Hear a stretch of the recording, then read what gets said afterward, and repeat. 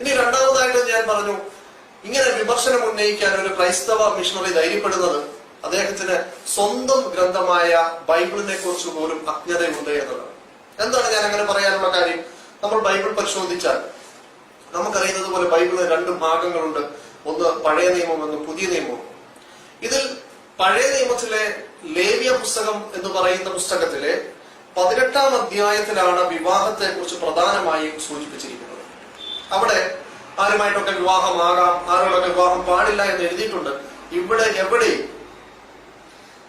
ഇത്ര വയസ്സുള്ള സ്ത്രീയെ വിവാഹം കഴിക്കാൻ പാടില്ല, അല്ലെങ്കിൽ വിവാഹം കഴിക്കുന്ന സ്ത്രീക്ക് ഏറ്റവും കുറഞ്ഞത് ഇത്ര പ്രായം ഉണ്ടായിരിക്കണം എന്ന് പറയുന്ന ഒരു വാക്യം പോലും നമുക്ക് കാണുവാൻ സാധ്യമല്ല.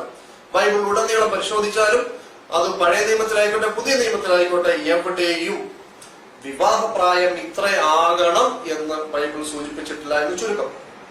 എന്നാൽ ബൈബിൾ പണ്ഡിതന്മാർ പറയുന്നത് ചില സൂചനകൾ ബൈബിളിൽ ഉണ്ട് എന്നാണ്. അതിനവർ തെരഞ്ഞെടുത്തിരിക്കുന്ന ഭാഗം എസെക്കിയേലിന്റെ പുസ്തകം, യെഹെസ്കേലിന്റെ പുസ്തകം 16-ാം അധ്യായത്തിന്റെ 7-ാം വാക്യത്തിലാണ്. ഇവിടെ യഹോവ യെരുശലേമിനെ കുറിച്ച് വർണ്ണിക്കുന്ന ആ ഭാഗത്ത്, യെരുശലേമിനെ ഒരു സ്ത്രീയോട് ഉപമിച്ചുകൊണ്ട് പറയുന്ന ഭാഗത്ത് ഇങ്ങനെ കാണാം: വയലിലെ സസ്യത്തെ പോലെ ഞാൻ നിന്നെ അസംഖ്യമായി വർദ്ധിപ്പിച്ചു, നീ വളർന്ന് വലിയവളായി, ആഭരണമണിമാർ സൗന്ദര്യവതിയായി, നിനക്ക് ഉന്നത സ്ഥലങ്ങളും കേശവും ഉണ്ടായി, എങ്കിലും നീ നഗ്നയും അനാവൃതയുമായിരുന്നു. ഞാൻ കടന്നുപോയപ്പോൾ നിന്നെ കണ്ട് നിനക്ക് പ്രേമത്തിനുള്ള പ്രായമായെന്ന് ഞാൻ ഗ്രഹിച്ചു. ഞാൻ എന്റെ വസ്ത്രം നിന്റെ മേൽ വിരിച്ചു, നിന്റെ നഗ്നത മറച്ചു.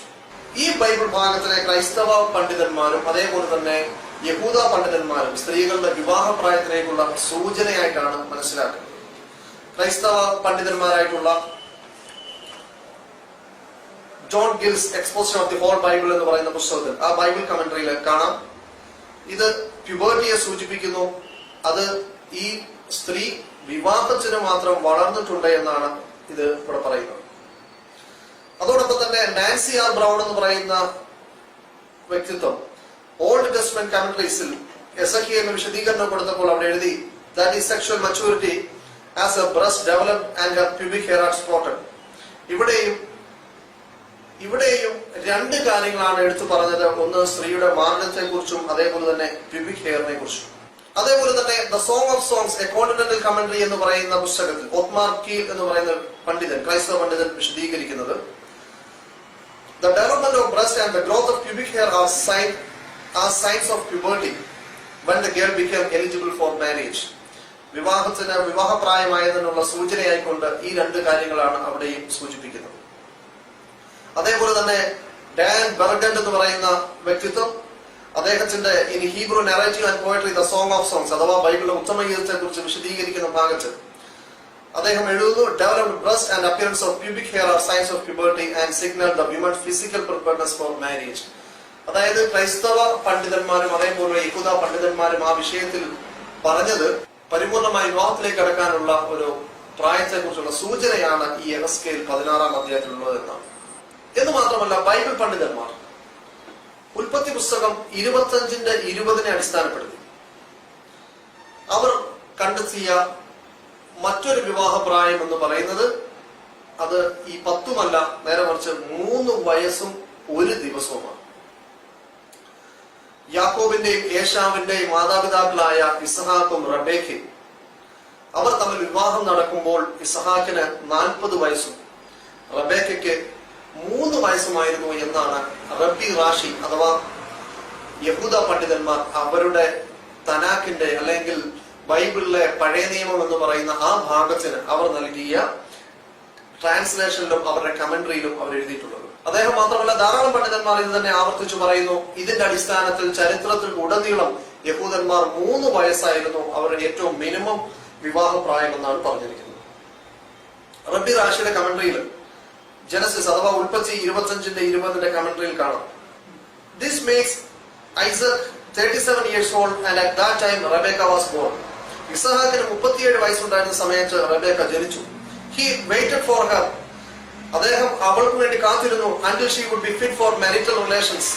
അവള് വിവാഹപ്രായമാകുന്നതിലേക്ക് വളരുന്നത് വരെ അദ്ദേഹം കാത്തിരുന്നു.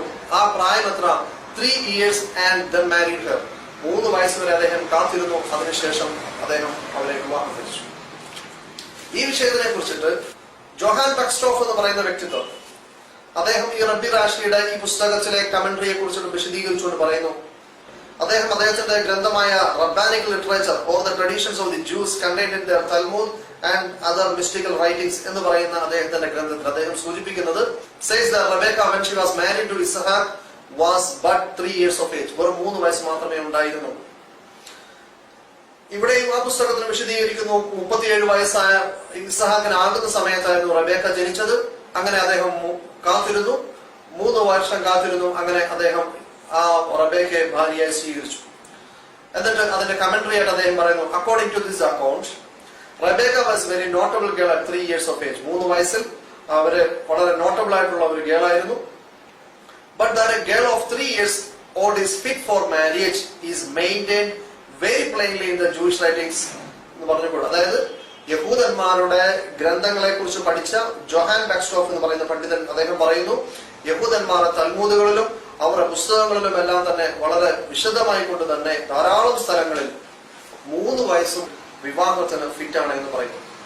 അതേപോലെ തന്നെ അടുത്തൊരു പണ്ഡിതനാണ് ഡാനിയൽ മാച്ച് എന്ന് പറയുന്ന പണ്ഡിതൻ.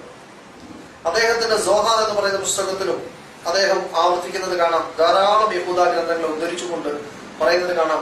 She was 3 years old when he embraced her, the youngest legal age of female can be married.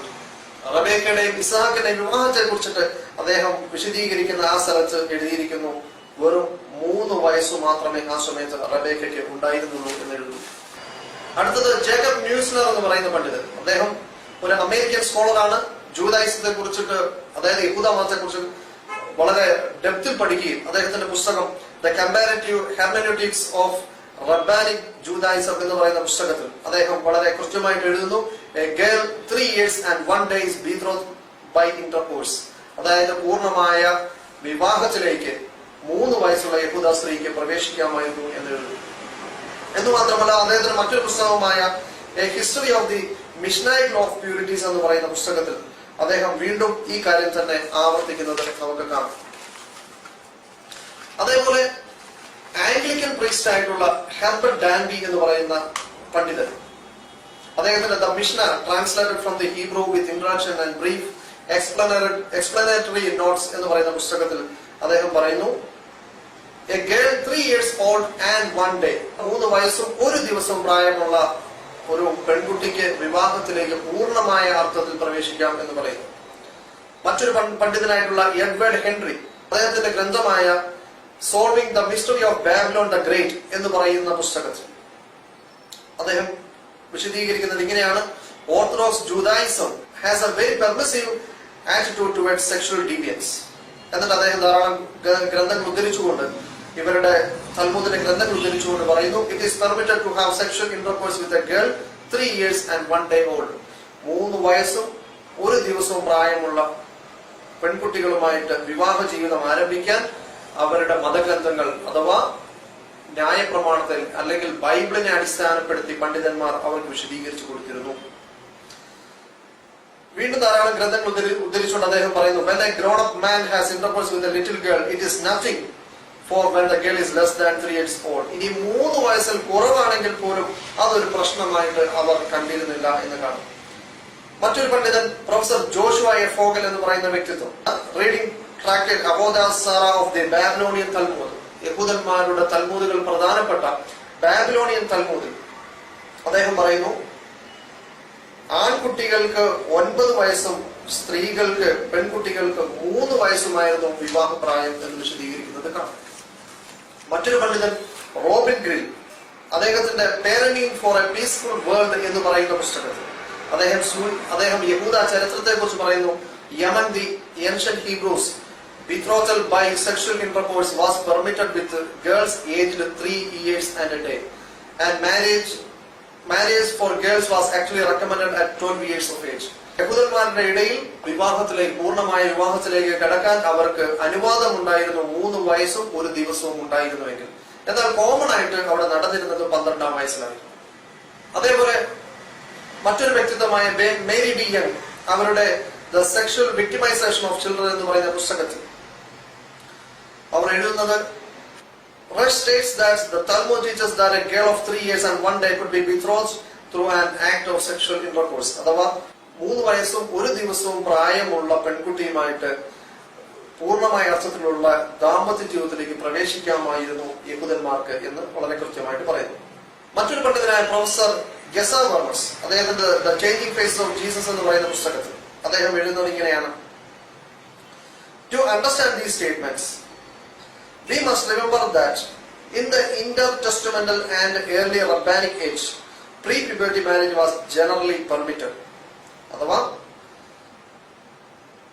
ബൈബിളിന്റെ അടിസ്ഥാനത്തിൽ റബ്ബിമാരും ഒക്കെ വ്യാഖ്യാനിച്ചതിന്റെ അടിസ്ഥാനത്തിൽ അവർക്ക് അതായത് ഒരു പെൺകുട്ടി പ്യൂബർട്ടി ആകുന്നതിന് മുമ്പ് അഥവാ പ്രായപൂർത്തി ആകുന്നതിന് മുമ്പ് തന്നെ വിവാഹം കഴിക്കാൻ അവർക്ക് അനുവദിച്ചിരുന്നു എന്ന് കാണാം. അതേപോലെ theological dictionary of the old testament by G Johannes Botterweck എന്ന് പറയുന്ന അദ്ദേഹത്തിന്റെ പുസ്തകത്തിൽ അദ്ദേഹം എഴുതുന്നത് ഇങ്ങനെയാണ്: girls could in fact already be given marriage long before actual physical maturity, perhaps even as young as 5 years old. അഥവാ 5 വയസ്സാകുന്നതിന് മുമ്പ് തന്നെ അവർ വിവാഹം കഴിച്ചു കൊടുക്കുമായിരുന്നു. അവരുടെ ഫിസിക്കൽ, അവരുടെ ശാരീരിക വളർച്ച വിവാഹത്തിന് അവരൊരു തടസ്സമായി കണ്ടിരുന്നില്ല എന്ന് കാണാം. അതേപോലെ തന്നെ encyclopedia of the Jewish diaspora എന്ന് പറയുന്ന പുസ്തകത്തിൽ പ്രൊഫസർ മാർക്ക് എർലിക് അദ്ദേഹം പറയുന്ന ഒരു കാര്യം വളരെ പ്രസക്തമാണ്.